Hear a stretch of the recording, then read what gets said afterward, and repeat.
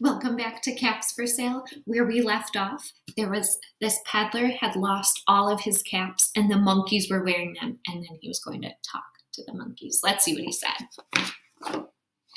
"You monkeys, you," he said, shaking a finger at them. "You give me back my caps." But the monkeys only shook their fingers back at him and said,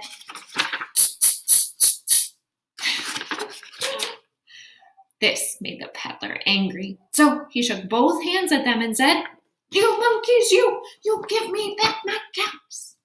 But the monkeys only shook both their hands back at him and said, "Oh, those monkeys." Now he felt quite angry. He stamped his foot and he said, "You monkeys, you better give me back my caps." But the monkeys only stomped their feet back at him and said, "Uh-oh, what do you think's going to happen next?" Let's see. By this time, the peddler was really very, very angry. He stamped both his feet and shouted, "You monkeys, you give me back my caps." But the monkeys only stamped both of their feet and said, At last, he became so angry that he pulled off his own cap, threw it on the ground, and began to walk away. Took off his cap, threw it on the ground, walked away.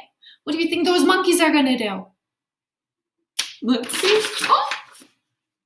But then each monkey pulled off his cap, and all the gray caps and all the brown caps and all the blue caps and all the red caps came flying down out of the tree. Look at this. Yay! Let's see.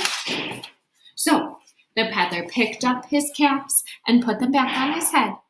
First his own check cap, then the gray caps, then the brown caps, then the blue caps, then the red caps on the very top. And slowly, he walked back to town calling, "Caps for sale, 50 cents a cap." The end. All right, kiddo, so today I want to talk to you about how we are storybook readers. So we read Caps for Sale today. Last week we read Nuffle Bunny. A couple weeks ago we read The Three Billy Goats Gruff. So those are all our favorite storybooks, and you have some of those that you picked up from Grant too. So we're going to talk today about how we are storybook readers. So the first thing that we do as storybook readers is we look at the pictures, remember, and read. So looking back at the pictures, what happened at the beginning of the story? Who's this guy?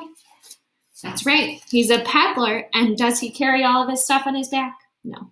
So here's a peddler, and he walks around trying to sell caps, and what does he say? Oh, first there's the check cap, then the gray caps, then the brown, then blue, and then red caps on top.